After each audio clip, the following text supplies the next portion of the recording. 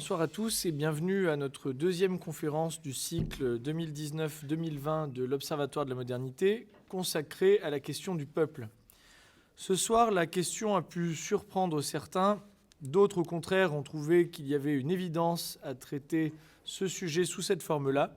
Il s'agit du lien entre le peuple et la question écologique et nous avons choisi pour traiter de la question écologique de reprendre un titre de Bruno Latour en évoquant une terre qui se dérobe sous nos pas. Alors, pour rapidement préciser un peu l'exégèse, disons liminaire de cette séance, il convient, je crois, de rappeler que dans les définitions les plus évidentes du peuple, eh bien, celui-ci est attaché à un territoire, c'est-à-dire une portion d'espace délimitée, habitée et appropriée.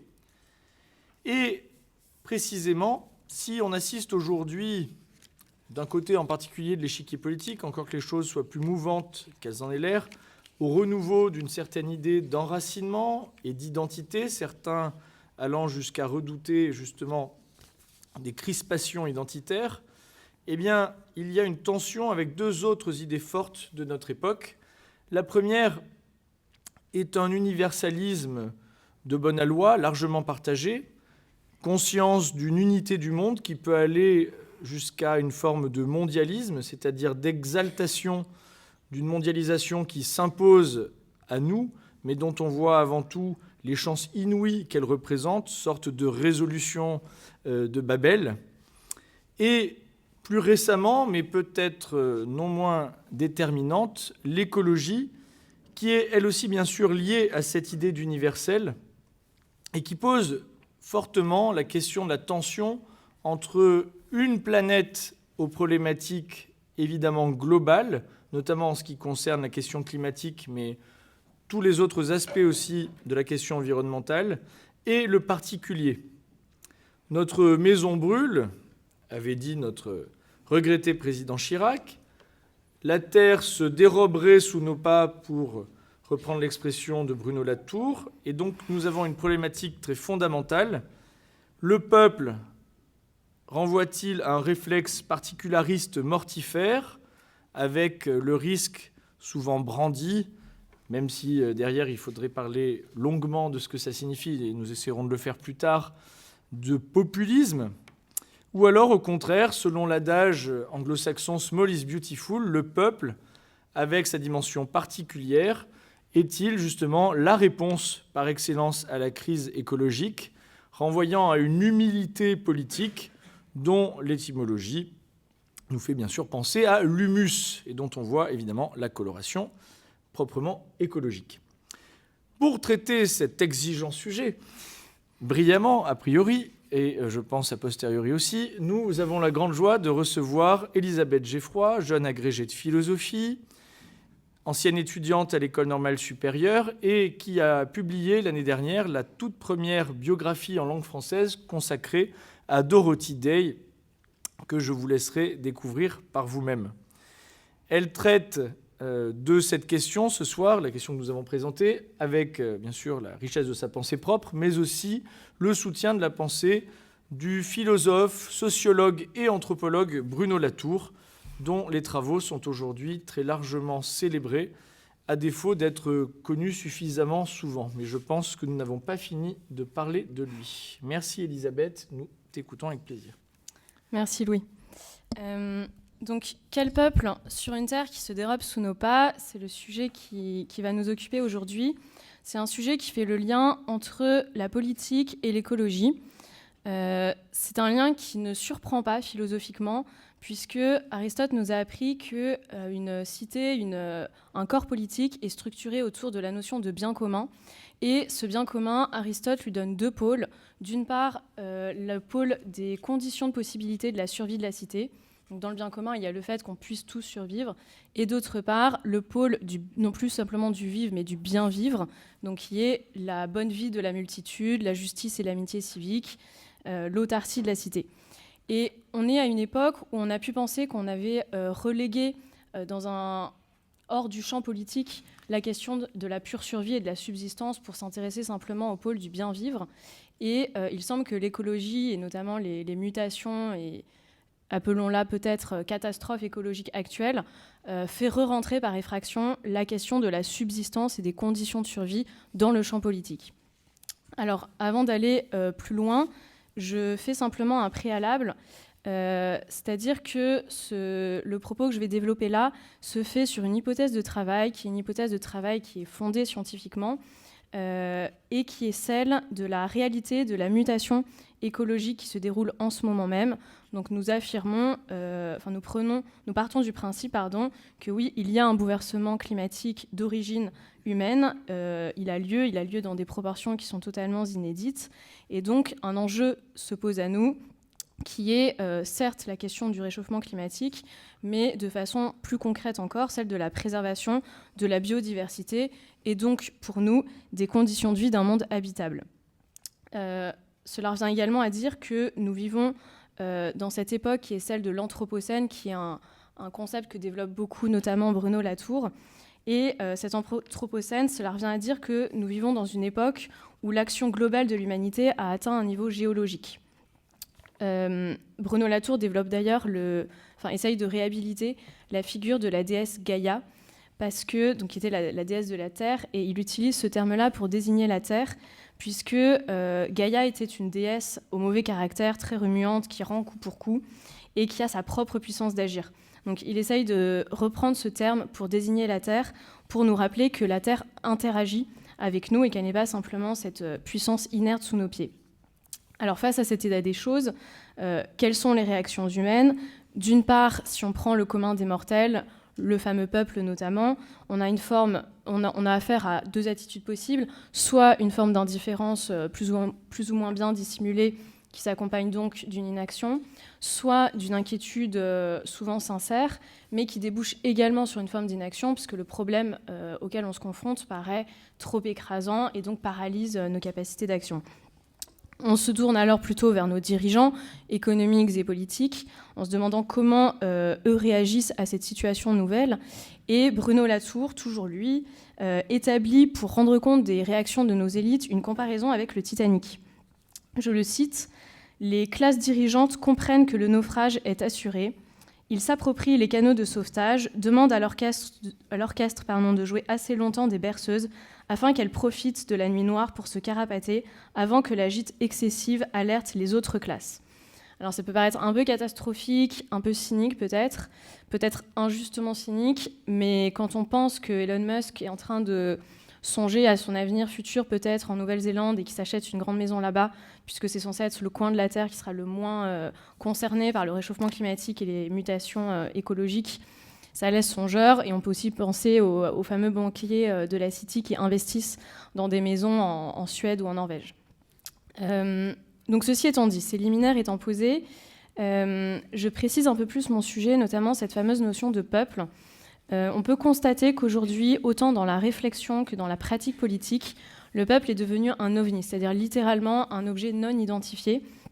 Et plus encore, le peuple apparaît presque plus comme un problème que comme une solution dans l'espace politique. C'est-à-dire qu'en disant ça, je fais allusion à la condescendance qui entoure les mouvements traités de populistes pour mieux les disqualifier et ne pas avoir à les traiter d'égal à égal, ou encore à l'impression que donnent certains de nos dirigeants qui est qu'en fait, ils se porteraient mieux s'ils pouvaient tout simplement éliminer le paramètre peuple, dans le sens court-circuiter cet échelon-là et ne pas trop s'embarrasser d'une composante politique un peu trop rétive.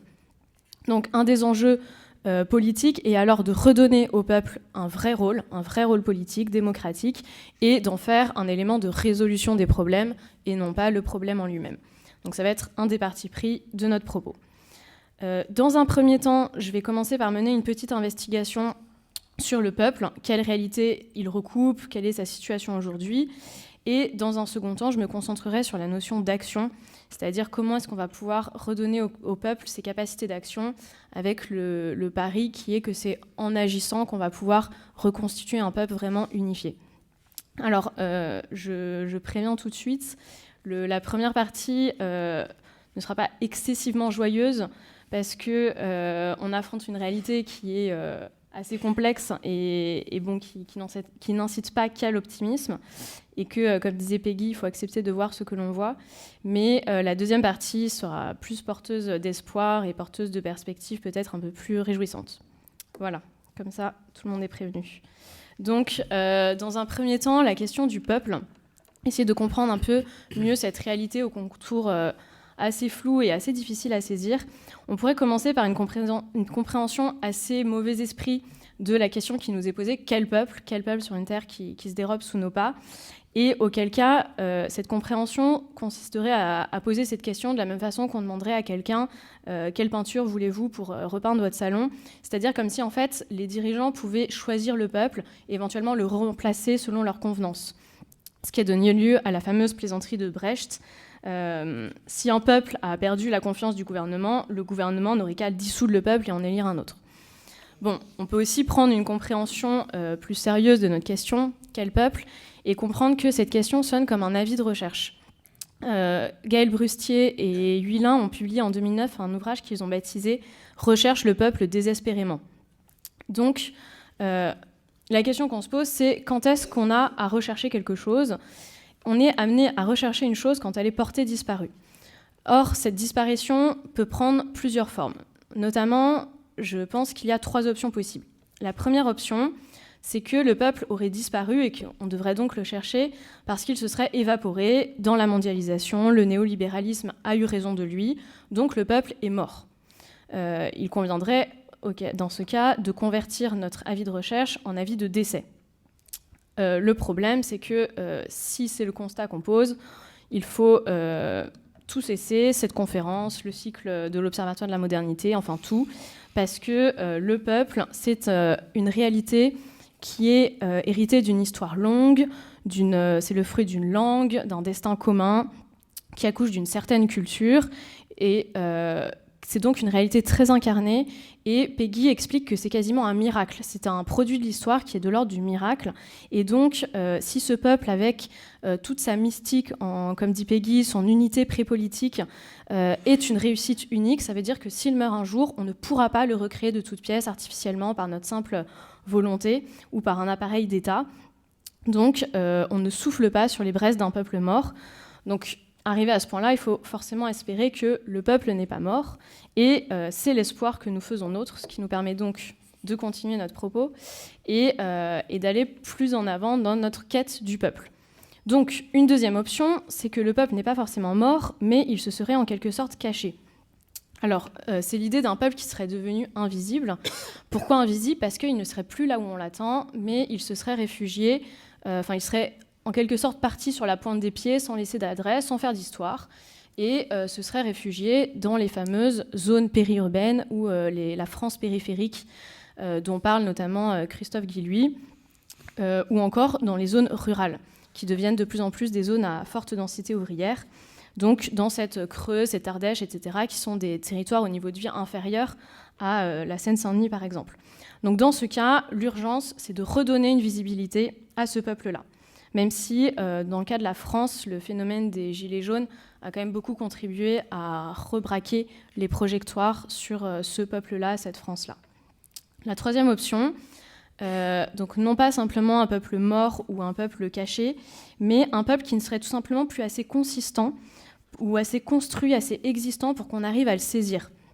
Il aurait subi une sorte de dilution dans la société liquide, dans la mondialisation néolibérale, une forme de dissolution de toutes les collectivités et de peuples. Il s'est mué en une masse, un agrégat, une juxtaposition d'individus consommateurs et atomisés, mais il peine à reformer un peuple avec ce que cette notion dit d'unité organique.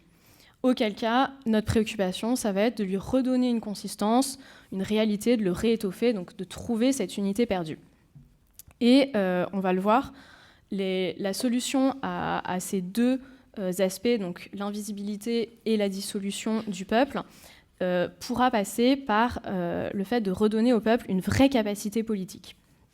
Alors, pour ça, je reviens un peu plus précisément sur l'état actuel du peuple dans nos sociétés. Et je pense qu'une des façons, puisque ce peuple est assez éclaté, il est assez difficile à saisir, Et donc, une des démarches que l'on peut faire pour le ressaisir, c'est de passer par la négative, de l'approcher par la négative, c'est-à-dire en comprenant ce qui n'est pas le peuple, à savoir ce que sont les élites, et en comprenant ce qui me semble être aujourd'hui l'ennemi du peuple, à savoir le néolibéralisme. Donc je fais une sorte de premier excursus sur cette question de l'élite pour mieux saisir par contraste où en est le peuple. La distinction entre le peuple et les élites est aujourd'hui en passe de devenir non plus une simple distinction, mais une fracture, et une fracture assez consommée. Le premier élément qui caractérise les élites aujourd'hui, c'est leur déconnexion radicale avec le reste du monde. On en avait parlé un peu l'année dernière avec Zygmunt Bauman, qui avait déjà expliqué que les élites mondiales, donc les pouvoirs, le monde des affaires et aussi nos élites politiques en un sens, se définissent avant tout par leur extraterritorialité. C'est-à-dire qu'elles sont littéralement hors sol et elles se sont arrachées méthodiquement à toutes les contraintes de la localité, donc qui consistent à payer des impôts, à s'insérer dans un tissu de relations sociales relativement ancré, à apprendre à dépendre d'un lieu. Et donc ces élites se sont désengagées de leurs responsabilités traditionnelles pour favoriser une plus grande mobilité de leurs capitaux, de leurs réussites, d'eux-mêmes tout simplement, et ce sans se préoccuper des conséquences sur les territoires. Et donc sur les territoires, à l'inverse, on a affaire à ce que des sociologues ont appelé les anywhere en anglais, les gens du coin, qui eux vivent leur enracinement dans un lieu comme une assignation à résidence, donc quelque chose de subi. Et ils se sentent tenus à l'écart des moyens de la mobilité. Donc, la caractéristique de nos élites contemporaines, c'est leur déconnexion d'avec la réalité quotidienne. Et de ça, à ça s'ajoute un rejet des limites, qui est quelque chose de totalement corrélé. Bauman parle donc de sécession des élites, et on le comprend parce que le simple fait de vivre à l'écart de la vie commune et de ses limites structurantes fausse la relation aux autres. À partir du moment où un individu jouit d'un pouvoir relativement étendu, il se retrouve par définition exempté des limites qui structurent la vie de tous les autres et la condition humaine ordinaire. Donc il peut dépenser sans compter, imposer ses caprices de star extravagants sans que ça pose problème à personne, s'affranchir des contraintes qui pèsent sur les autres. Un des derniers exemples en date de ça, j'ai vu la semaine dernière que Uber avait inventé pour New York, pour relier l'aéroport JFK et le centre de Manhattan, une option hélicoptère. Donc en plus de votre Uber X, Pool, etc., vous pouvez à Manhattan commander un hélicoptère. Donc forcément, qui évidemment coûte très cher, donc qui est réservé à certaines élites. Et on voit à quel point, par tous les moyens, ces élites arrivent à s'affranchir des contraintes qui tissent le quotidien de la plupart des gens. Donc ici, par exemple, intégrer un embouteillage dans son emploi du temps, choisir un taxi, se mêler à la foule, etc.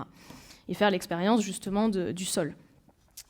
Donc en définitive, la rupture entre l'élite et le peuple est un face-à-face entre deux visions du monde, de façon d'appréhender le monde, mais c'est aussi un face-à-face entre une façon vraiment de vivre. C'est-à-dire que la rupture, elle est à la fois théorique, mais elle est aussi existentielle. Et ce, d'autant plus dans un monde où les inégalités de richesse croissent de façon exponentielle et totalement disproportionnée. Et ce qui est d'ailleurs en contradiction avec la pensée libérale elle-même, puisque un des pères du libéralisme, qui est Montesquieu, expliquait que parmi les conditions d'établissement de la démocratie, il y avait une limitation des inégalités avec le critère suivant, qui est que les pauvres, si jamais il y a des pauvres dans une société, ils doivent en tout cas pouvoir gagner leur vie avec leur travail. Et s'il y a des plus riches dans une société, ils ne doivent pas être assez riches pour pouvoir s'abstenir de travailler. Donc on voit qu'on a de très loin dépassé cette double limitation. Donc la question qui se pose, c'est que on a l'impression d'avoir non plus un peuple avec des élites et le reste du monde, mais deux peuples différents, ou en tout cas deux parties irréconciliables. Et notamment un peuple qui est de plus en plus précarisé face à des élites de plus en plus hors sol. Donc comment on en est arrivé là ? C'est la question qu'on est obligé de poser. C'est une question compliquée, mais il semble que pour le coup, à cette question compliquée, on puisse apporter une réponse relativement simple, parce que tous les indices pointent le doigt dans la même direction, à savoir le coupable semble être tous les effets conjugués du néolibéralisme. Donc là, je fais rapidement un petit excursus sur cette question du néolibéralisme qui nous permet de comprendre l'état actuel de la société. Ce néolibéralisme, il se déploie dans une société qu'on dit capitaliste, c'est-à-dire cette forme d'organisation historique de la société qui repose à la fois sur l'accumulation continuelle du capital et sur la séparation corrélative des producteurs et des moyens de production. Et ce système économique est en appui sur une vision du monde, une philosophie qu'on appelle la philosophie libérale, que Jean-Claude Michéa analyse ainsi. Il essaye de retracer les conditions de naissance du libéralisme, enfin son contexte de naissance, et il nous explique que le libéralisme est né à la suite des guerres de religion, dans l'urgence de rendre possible la coexistence pacifique entre des individus de sensibilités idéologiques différentes. C'est-à-dire qu'on part du principe qu'on a des visions du bien et du bien objectif, notamment totalement irréconciliables. Donc on ne peut plus se mettre d'accord sur un bien commun qui a un contenu. Donc puisqu'on ne peut plus se mettre d'accord sur un contenu, il va falloir se mettre d'accord sur une structure, sur un cadre, une forme. Et donc le libéralisme repose sur 2 postulats. Le premier, c'est que les hommes ne vivront en paix que si l'État est chargé de maintenir, chargé de maintenir le cadre institutionnel de la vie commune est axiologiquement, c'est-à-dire moralement neutre. Donc l'État ne doit être porteur d'aucune valeur, d'aucune norme. Il ne doit pas se prononcer sur le bien, le mal, le bon, l'injuste, etc. Et l'autre postulat, c'est que la liberté ne sera effective que si on remplace l'ancien gouvernement des hommes par une administration des choses. Donc toujours dans cette idée d'aller vers plus de neutralité, vers des mécanismes toujours plus impersonnels, plus anonymes. Et cette administration des choses, ce n'est pas un hasard dans cette perspective, si elle s'appuie sur un double acteur qui est le marché autorégulé avec sa main invisible, d'une part, et d'autre part, le droit abstrait avec son mécanisme procédural. Et l'idée, c'est quoi? C'est que tout ça crée un système qui puisse, comme par miracle, convertir les calculs égoïstes des uns et des autres en des comportements qui contribueraient objectivement à l'intérêt de tous. Donc ce que résume la fameuse formule de Mandeville, vice privé, vertu publique.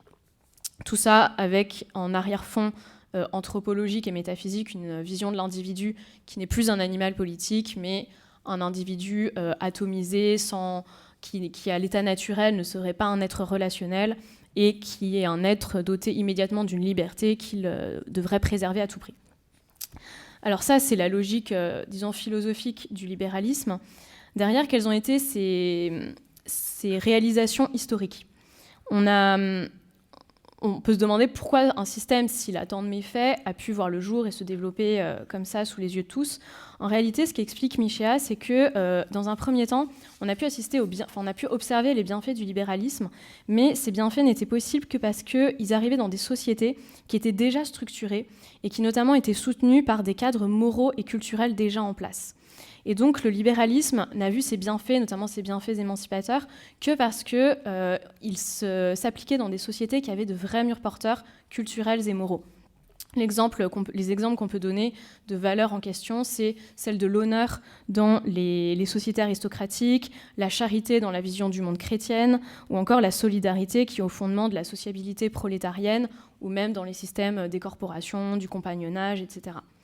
Et Michéa explique qu'en fait, les penseurs libéraux se ressemblent à cette colombe que décrit Kant dans la Critique, une colombe qui vole parce qu'elle est en appui sur la résistance de l'air et qui vit dans l'illusion que si on pouvait lui enlever cet air et qu'elle pouvait voler dans le vide absolu, elle s'en porterait mieux.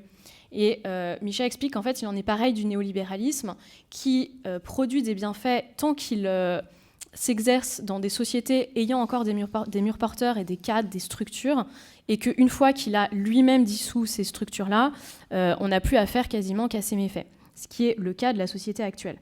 Et donc, parmi ces fameux murs porteurs ou ces remparts normatifs que le libéralisme a mis à mal, on peut en citer plusieurs, les divers collectifs, donc les associations, les corporations, les syndicats, les noyaux familiaux, etc. On peut donner l'exemple de la loi Le Chapelier, qui a été peut-être dans un premier temps, qui en tout cas a pu faire baisser un certain niveau de contraintes communautaires hiérarchiques sur les individus, mais qui à terme a laissé les gens seuls face à la tyrannie du marché naissante.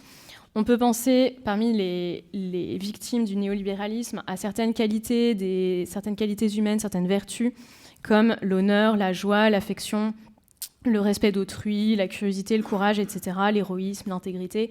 Alors, ce sont évidemment des qualités qu'on retrouve dans nos sociétés actuelles, chez certaines personnes, mais c'est un ressort que vient fragiliser le libéralisme et auquel il s'attaque, parce que tout ça, c'est autant de choses qui sont dans une logique du don, et qui donc s'oppose à la logique marchande et à la logique contractuelle qui structure le néolibéralisme.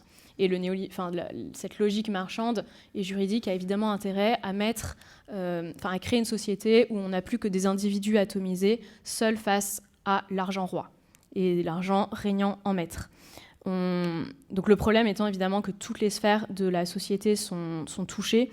Alors on pourrait croire qu'il reste encore des bastions qui n'ont pas été atteint par cette idéologie néolibérale. J'ai l'impression qu'il y en existe quand même de moins en moins. Le dernier exemple en date, c'est quelque chose sur lequel je suis tombée toujours la semaine dernière, à savoir l'existence de petits génies qui ont inventé un site, alors c'est peut-être aussi une application, qui s'appelle Book a Friend, donc réserver un ami. Et là, je cite leur site internet. Numéro 1 mondial de la location d'amis par affinité. Grâce à Book a Friend, vous pouvez louer un ami ou un groupe d'amis partout dans le monde et selon une multitude de critères. Physique, psychologique, géographique, compétences, hobbies, profession, etc. Donc voilà, faites votre marché de vos amis, payez-les. Je crois que c'est autour de 20 € de l'heure. Donc le constat ici, c'est que le néolibéralisme, c'est pas simplement un mode de production, c'est un mode de consommation, par exemple, qui établit par exemple le primat de l'objet jetable sur l'objet réparable. Et c'est vraiment une manière de vivre, nomade, éclaté, individualiste. Mais il structure véritablement tous les pans de la société. Et donc nous laissant cette société et tous ces pans-là soumises aux seuls impératifs abstraits de la croissance et de la compétitivité, c'est-à-dire de l'accumulation illimitée du capital.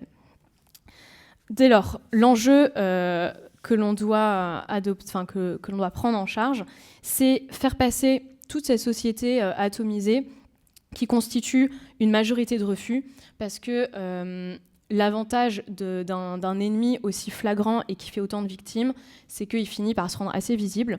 Donc le peuple a assez bien identifié que son ennemi était justement ce système néolibéral-là, et l'avantage, c'est qu'il peut donc fédérer assez largement contre lui. Donc pour l'instant, notre peuple qui est assez dissolu, qui manque d'unité, a au moins cet ennemi en commun, et il constitue aujourd'hui une majorité de refus de ce système-là. Donc l'enjeu, ça va être de passer d'une majorité de refus à un peuple véritable qui s'accorde sur le même effort à mener, ou encore, une autre façon de le dire, c'est de passer de cette mosaïque sociale privée d'unité, donc une simple clientèle électorale en termes politiques, à un sujet historique véritablement agissant, c'est-à-dire un peuple avec son unité organique, un sujet capable de se mobiliser, de faire cause commune, de reconnaître sa propre dignité, ses intérêts, etc. Donc la question qui se pose à nous, c'est comment reconstruire cette unité. En d'autres termes, comment passer politiquement dans une phase active et non pas simplement réactive ou passive ou de pure paralysie devant la puissance et l'omnipotence écrasante du néolibéralisme. Alors, plusieurs pistes de réponse possibles. Dans tous les cas, si on se pose la question de l'action politique contre le néolibéralisme, on est obligé de poser la question est-ce qu'on va mener plutôt une action réformiste ou une action révolutionnaire ? Alors ici, le réformisme, je le définis comme cette méthode qui consisterait à vouloir changer les choses de l'intérieur, doucement, par étapes. C'est toutes les tentatives de finance verte, de capitalisme moral. On se souvient de la phrase de Léon Blum qui disait « gérer loyalement le capitalisme à visage humain, etc. etc. » Je pense qu'aujourd'hui, on arrive à un moment où on a accumulé suffisamment de déceptions pour savoir que cet apprivoisement du capitalisme n'arrivera pas.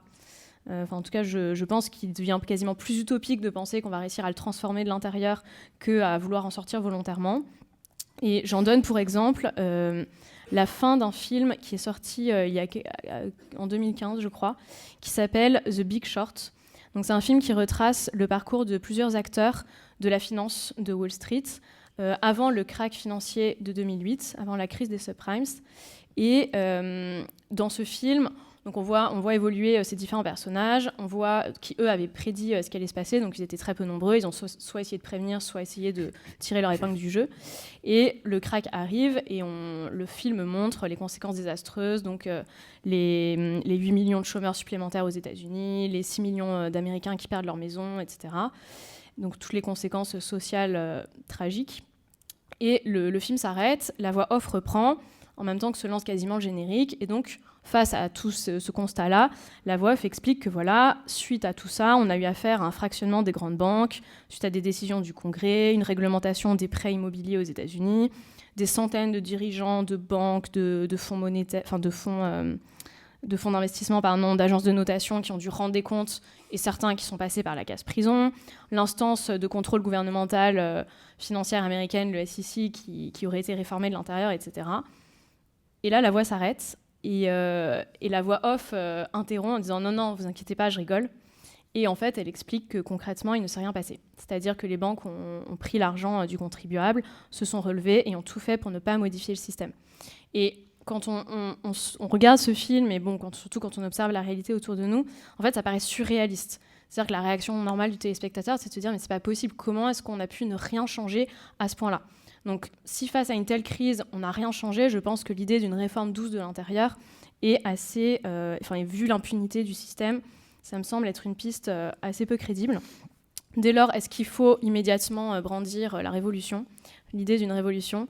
Je ne pense pas. En tout cas, je pense qu'il va falloir en passer par une épreuve de force, mais pas sous celle de la lutte des classes, pas sous celle d'une minorité consciente et agissante qui embrasserait les masses, etc.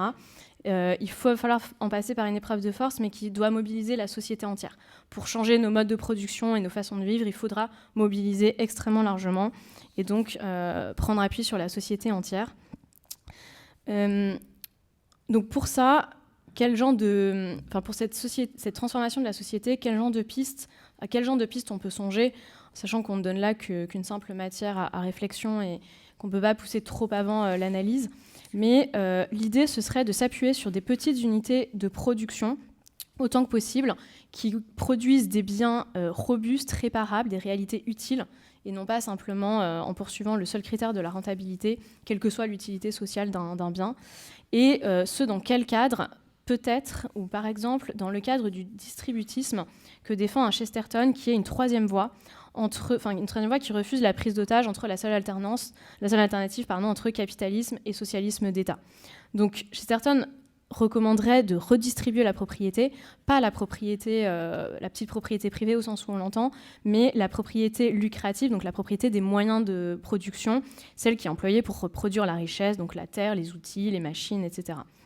Donc l'idée, ce serait de ne pas centraliser les moyens de production entre les mains de quelques-uns, qu'ils soient des bureaucrates dans le cadre du socialisme d'État ou des riches individus dans le cadre du capitalisme, mais de la répartir le plus possible entre la population. Et on pourrait imaginer notamment que les travailleurs d'une entreprise soient tous impliqués dans le capital, deviennent les petits actionnaires de leur entreprise. Ça pourrait d'ailleurs rejoindre l'idéal de cogestion que défend une Simone Weil, qui aurait l'avantage d'aplanir en partie la barrière très nette que pose notre monde du travail entre les fonctions d'exécution et les fonctions de production.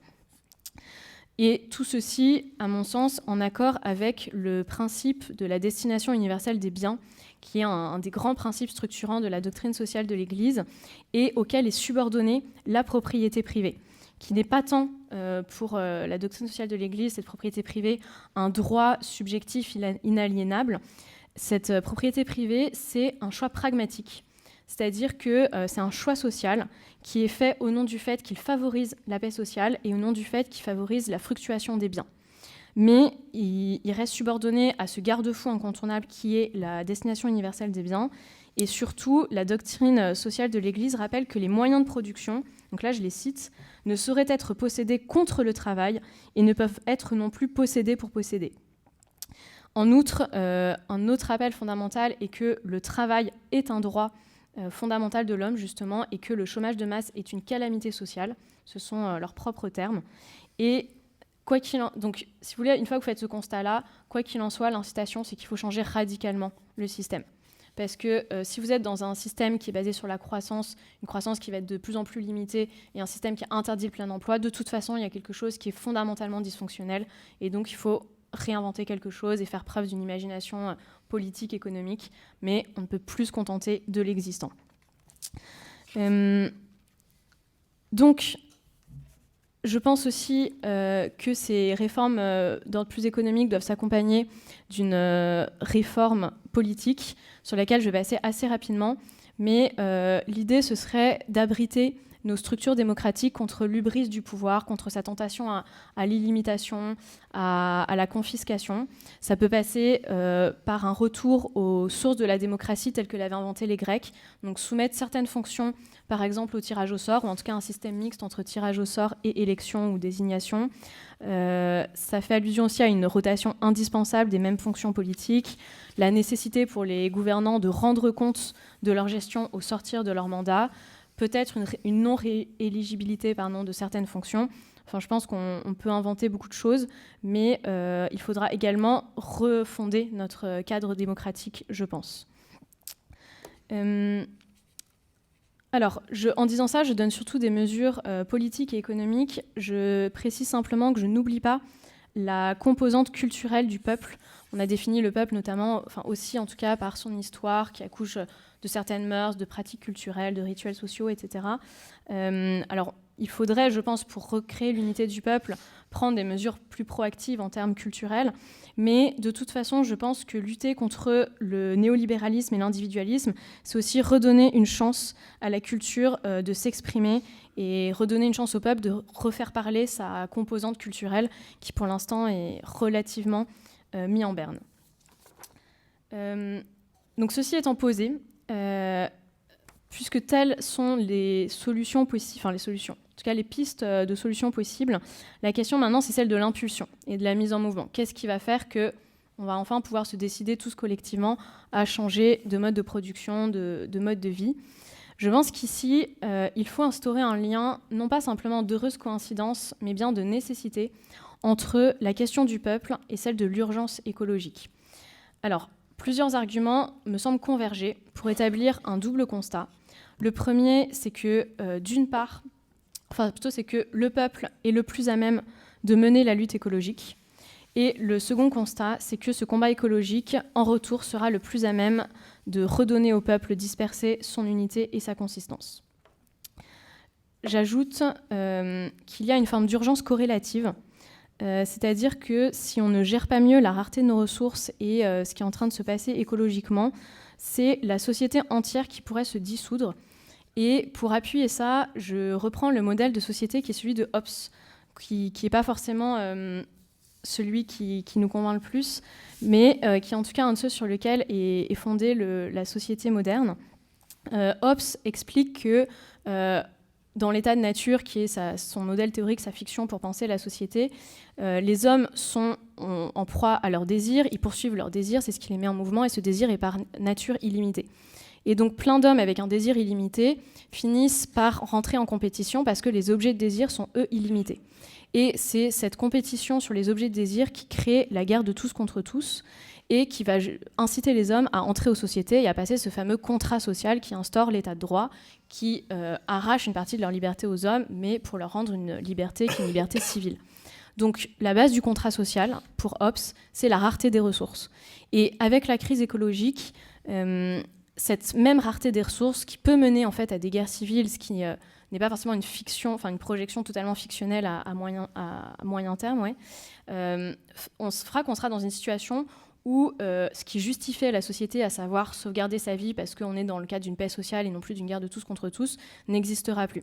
Donc on va cumuler potentiellement les méfaits de l'état de nature, cette guerre pour la rareté des ressources, et les méfaits de la société, c'est-à-dire des contraintes qui s'appliquent à nous sans que la société ne nous donne ce qu'elle a à nous donner, à savoir la paix sociale. Donc je pense que l'enjeu, c'est vraiment cette continuation de l'existence même de la société.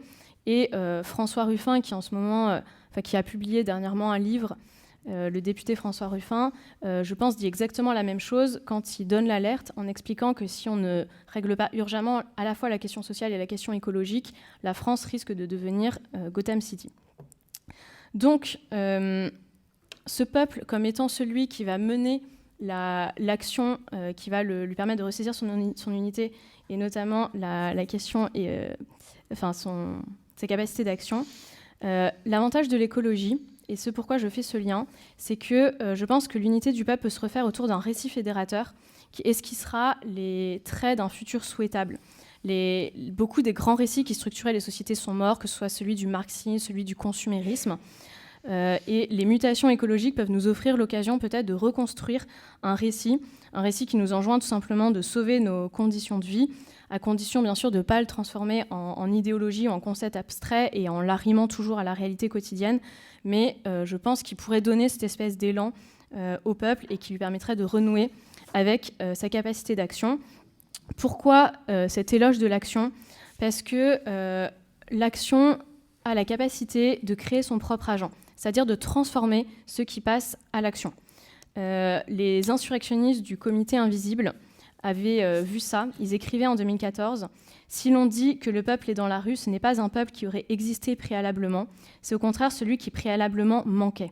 Ce n'est pas le peuple qui produit le soulèvement, c'est le soulèvement qui produit son peuple, en suscitant l'expérience et l'intelligence commune, le tissu humain et le langage de la vie réelle qui avait disparu. » Donc, vous voyez ce pari que le mouvement engendre des effets qui transforment ses propres acteurs.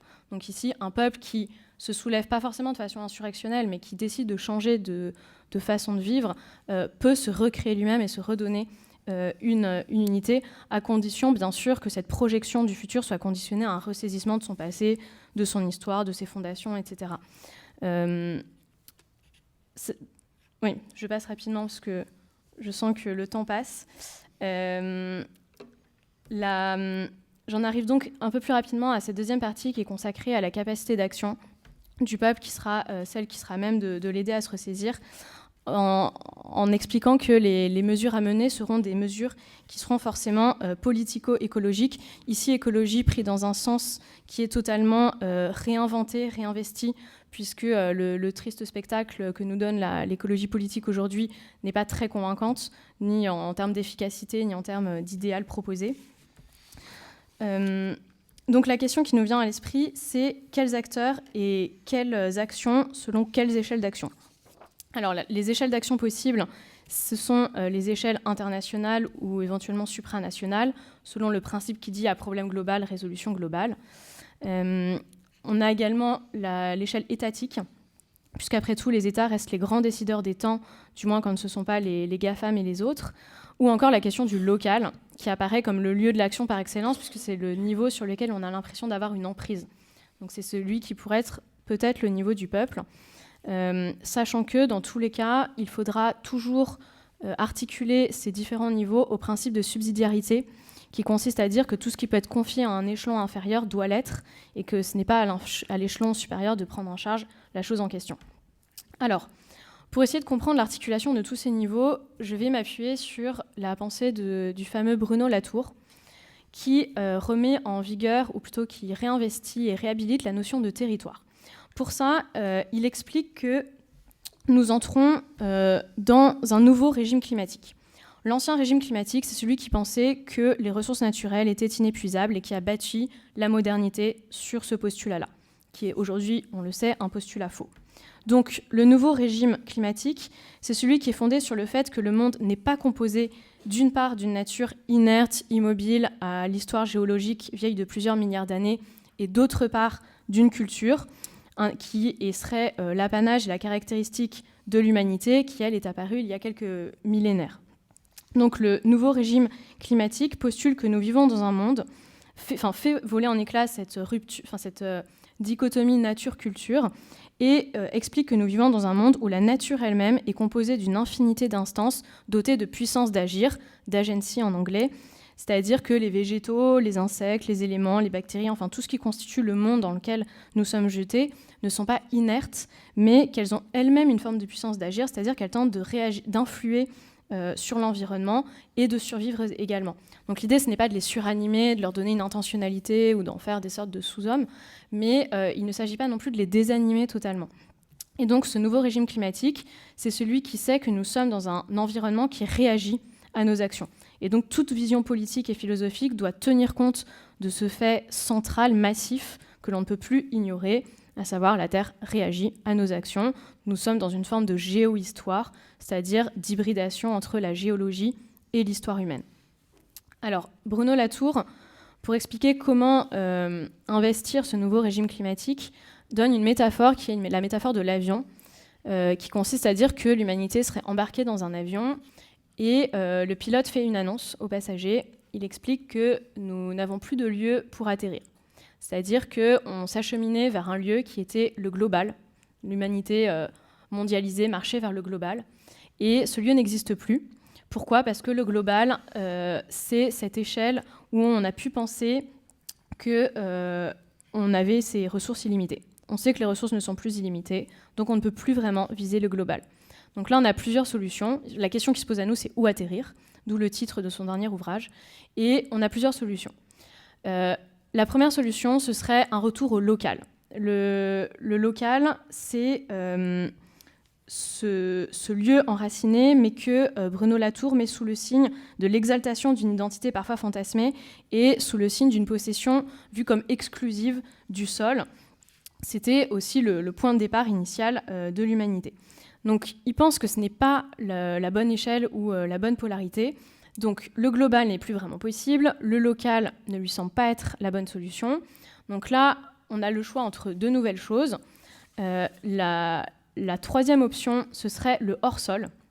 Alors le hors-sol, c'est l'option de l'Amérique de Trump. C'est-à-dire qu'ils ne nient pas vraiment la réalité du changement climatique, mais ils n'ont pas l'intention d'en supporter les conséquences. Donc c'est comme si on avait une équation à plusieurs variables, où le résultat change, à savoir l'environnement. L'un des paramètres est figé, le mode de vie américain. C'est la phrase de Bush, « Our way of life is not negotiable ». Donc l'environnement change, d'accord, le résultat change. Une des variables reste fixe, le mode de vie américain. Ça veut dire que le poids de ce changement sera supporté par les autres variables, en l'occurrence, vous et moi, le reste du monde. Donc l'Amérique de Trump décide de se mettre littéralement offshore, qui est un procédé bien connu des établissements financiers qui se soustraient au sol. Donc c'est l'histoire des sièges sociaux délocalisés, etc., et à la loi en ne payant pas d'impôts. Sauf qu'ici, le sol auquel ils essayent d'échapper, ce n'est plus un pays en particulier, c'est la terre elle-même. Donc on leur souhaite bon courage, mais surtout bon courage à nous, puisque dans ce choix-là, c'est nous qui en pâtirions avec eux. Donc, face à ce hors-sol, quelle polarité nous reste-t-il ? Si ce n'est ni le local, ni le global, ni le hors-sol, c'est ce que Bruno Latour appelle le terrestre, donc qui est ce quatrième terme. Le terrestre qui définit donc une sorte de retour sur le sol réel, le plancher des vaches. Et c'est une polarité dans laquelle on considère que la Terre est vraiment un acteur politique.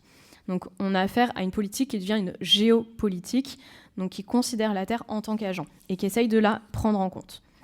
Alors pour comprendre quelle action politique est possible sur cet endroit du terrestre, Bruno Latour donne la notion de territoire. Pour Bruno Latour, le territoire, c'est le terrain de vie, c'est-à-dire le lieu de subsistance. Ce n'est pas une délimitation administrative, c'est ce qui nous permet de subsister, ce qu'on arrive à se représenter et ce qu'on est prêt à défendre. Donc c'est pas le lieu borné de jadis qu'on pouvait surveiller du regard, c'est cet ensemble des êtres, humains ou non humains, dont on dépend pour subsister et qu'il faut arriver à ressaisir. Pourquoi ? Parce que pour lui, le problème de notre appréhension politique actuelle, c'est qu'on est en permanence dans l'abstrait. Alors que si on en revient à la notion de territoire, on essaye de les redécrire, et en essayant de redécrire des territoires, on se redonne une forme de concrétude au monde. Et il n'y a d'action politique possible que dans un monde concret, c'est-à-dire un monde qu'on est capable de décrire, dont on connaît les paramètres et qu'on sait approprier. Si vous voulez définir un bien commun, vos intérêts, etc., il faut savoir dans quel monde s'enracine tout cet ensemble-là. Donc je passe rapidement sur la façon dont Bruno Latour pense qu'on peut décrire nos territoires. Il revient à la question des cahiers de doléances. Je n'ai pas le temps de m'y attarder, mais on pourra éventuellement en parler pendant les questions. Il me reste simplement à parler de l'État-nation, puisque c'est un échelon dans cette question de la capacité d'action retrouvée du peuple. Il me semble que c'est un échelon totalement incontournable et qu'aujourd'hui, renvoyer au peuple, c'est aussi renvoyer à l'État. Même si pour l'instant on a l'impression qu'il est toujours en retard d'une étape sur la question écologique.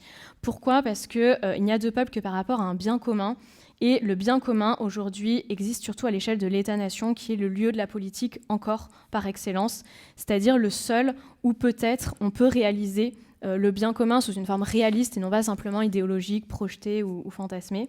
Et en outre, en faisant ça, on s'appuie sur un attachement à l'État-nation qui est extrêmement partagé dans le monde, qui est un fait social massif qu'on ne peut que constater. Donc on peut s'en réjouir ou le déplorer, mais il est constatable. Dans son nouveau livre « Slow Democracy », David Jaiz donne un sondage où il explique que 90% des sondés dans 60 pays différents du monde se disent attachés à l'idée nationale. Et ce qui l'étonnait encore plus, c'est qu'ils se disaient plus attachés à l'identité nationale qu'à leur identité locale. Et ce, même dans des pays fédéralistes comme l'Inde. Donc je pense que c'est une composante avec laquelle il faut jouer quoi qu'il en soit. En outre, l'État est le seul capable d'assurer la redistribution sociale, la solidarité interterritoriale et donc la justice à l'échelle d'un même territoire et une forme de planification économique. Donc David Jaiz explique qu'on pourrait passer par un New Deal territorial qui fait qu'on n'abandonne pas les territoires, on ne leur enlève pas une capacité d'action, on leur laisse ce qui est à leur portée, à savoir rendre vivant le territoire. Il donne 5 exemples concrets. La distribution de l'eau, la production et la distribution de certains aliments frais, l'amélioration des logements, le traitement des déchets et une partie de la production d'énergie. Donc, tout ça coordonné par un État-nation qui, en fait, est la meilleure protection et le meilleur rempart face aux méfaits de la mondialisation, puisque c'est le seul qui est capable d'arracher à l'emprise du marché planétaire un certain nombre de compromis sociaux fondamentaux, comme la vitalité des institutions démocratiques, le souci de la santé humaine et de la solidarité sociale, le soin porté au terroir et évidemment la fameuse protection de l'environnement. Je passe rapidement sur la question du supranational qui, à mon avis, qu'on pourrait résumer en tout cas comme étant un échelon qui aujourd'hui doit faire ses preuves, parce que écologiquement c'est pas encore ça et en termes d'espace politique réel et vivant c'est pas ça non plus. J'ai malheureusement pas le temps de développer. Je conclus simplement en disant qu'il y a donc une urgence de l'action. Parce que soit on va être mis devant le fait accompli de Gaïa, c'est-à-dire une terre qui se révolte sous nos pieds, et donc devant le fait accompli de crises qui sont rendues inéluctables, de crises économiques rendues inéluctables par l'indécente et ubuesque montée des inégalités, ou bien, et ce à cause de l'absurdité du monde financier actuel, ou bien des crises écologiques, mais tout ça aura un coût humain qui risque d'être très élevé. Donc soit on travaille pour composer avec tout ça et essayer d'anticiper un peu, soit on sera mis devant ce fait accompli. J'ajoute une dernière chose, très rapidement, à savoir, est-ce que en appelant à toutes ces solutions et à ces problèmes, on n'idéalise pas le peuple ? C'est une objection qu'on pourrait faire. J'y répondrai en disant que d'une part, ce serait rendre justice au peuple en créant un mouvement de balancier, c'est-à-dire qu'aujourd'hui, il est tellement décrié ou tout simplement méprisé ou ignoré que le mettre en avant ne ferait pas de mal. L'autre chose, c'est que si on dit que la politique, ce n'est pas l'affaire de savoir ou de savants, si on ne vit pas dans la mythologie du philosophe roi, dans ce cas-là, la politique n'est pas une histoire de savoir, mais une affaire de discernement dans un monde qui est contingent. Donc où il n'y a pas de vérité définitive. Et la vertu politique par excellence, dans ce cas-là, nous explique Aristote, c'est la vertu de prudence, qui est une vertu de discernement, qui nous aide à choisir le juste milieu et la sage solution en fonction des circonstances. Or, on peut faire le présupposé avec Aristote que cette prudence qui s'appuie sur notre rationalité est également partagée parmi les hommes et que les lucidités s'additionnent. Donc le peuple est peut-être pas aussi compétent que ses élites, mais il est aussi prudent qu'elles et donc aussi capable de décisions politiques. Et la dernière chose que j'ajoute, c'est que le problème du monde actuel, c'est notamment qu'on a tellement mis en valeur l'individu producteur et consommateur, autrement dit, on a tellement mis en avant la sphère du travail qu'on a oublié la sphère politique, ou en tout cas on l'a reléguée au second rang. Et en substituant, on a ainsi assisté plutôt à une inversion des hiérarchies. Et je pense que, avec Aristote toujours, que l'édifice politique repose sur une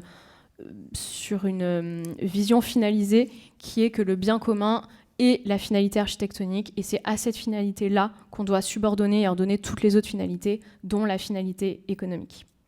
Voilà. Merci Elisabeth.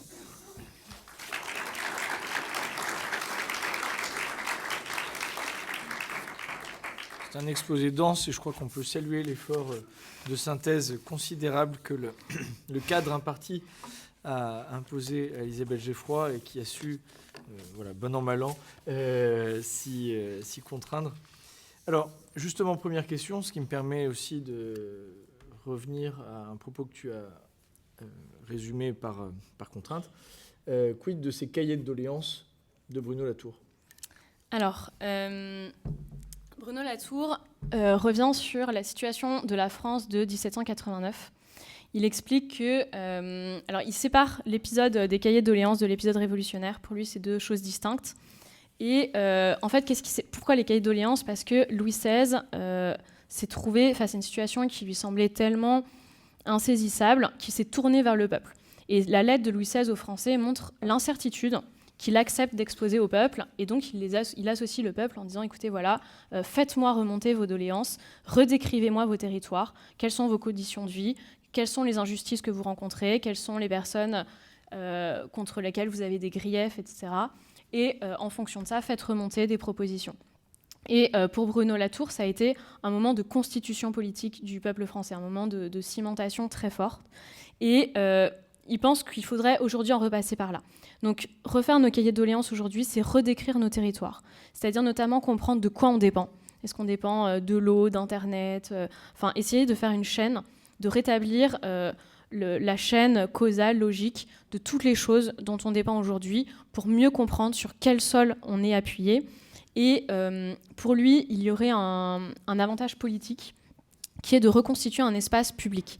C'est-à-dire qu'un des problèmes aujourd'hui, c'est que l'espace public, l'espace politique au sens noble, aristotélicien est mort. Enfin, en tout cas, on peine à le faire exister. Les réseaux sociaux et les médias ne nous aident pas à le faire exister. Ils ont, à mon avis, contribué à mettre un dernier clou dans le cercueil. Et face à ça, il faut recréer de la parole publique. La parole publique, c'est pas un tweet derrière un ordinateur, c'est pas des échanges sur des plateaux télévisés. C'est une parole, donc quelqu'un qui s'exprime en première personne, qui donne une proposition ou un constat, une analyse, et qui s'attend à ce qu'il y ait une personne en face qui lui fasse un retour, qui rentre. Donc en fait, ça revient à recréer un tissu de controverse. Et c'est en livrant une parole à autrui, en espérant que cette parole va se confronter à la vie de quelqu'un, que la vie de quelqu'un va compléter ou objecter ce que vous avez dit, et qu'ainsi on va pouvoir reconstruire une vision du monde un peu plus commune et enrichie. Donc pour lui, c'est par ce genre de phénomène-là, de généalogie, qu'on va pouvoir peu à peu retisser un espace public. Alors il sait que ça va être compliqué, parce que d'une part, on est tellement habitué à l'abstraction qu'on a beaucoup de mal à revenir au concret et à redécrire nos territoires. D'autre part, il sait très bien que l'espace public, avant, était porté par l'ensemble du tissu social et de toutes les communautés intermédiaires qui faisaient la société française, et qu'aujourd'hui, tout ceci étant assez atomisé, l'espace public doit assurer sa propre portance en quelque sorte. Bien, voilà autant de questions qui continueront à être traitées tout au long de notre cycle, avec notamment la séance consacrée au devenir des classes populaires, celle consacrée à l'Europe et justement ce cadre supranational qu'elle peut être, dont on verra à la fois les perspectives et les limites.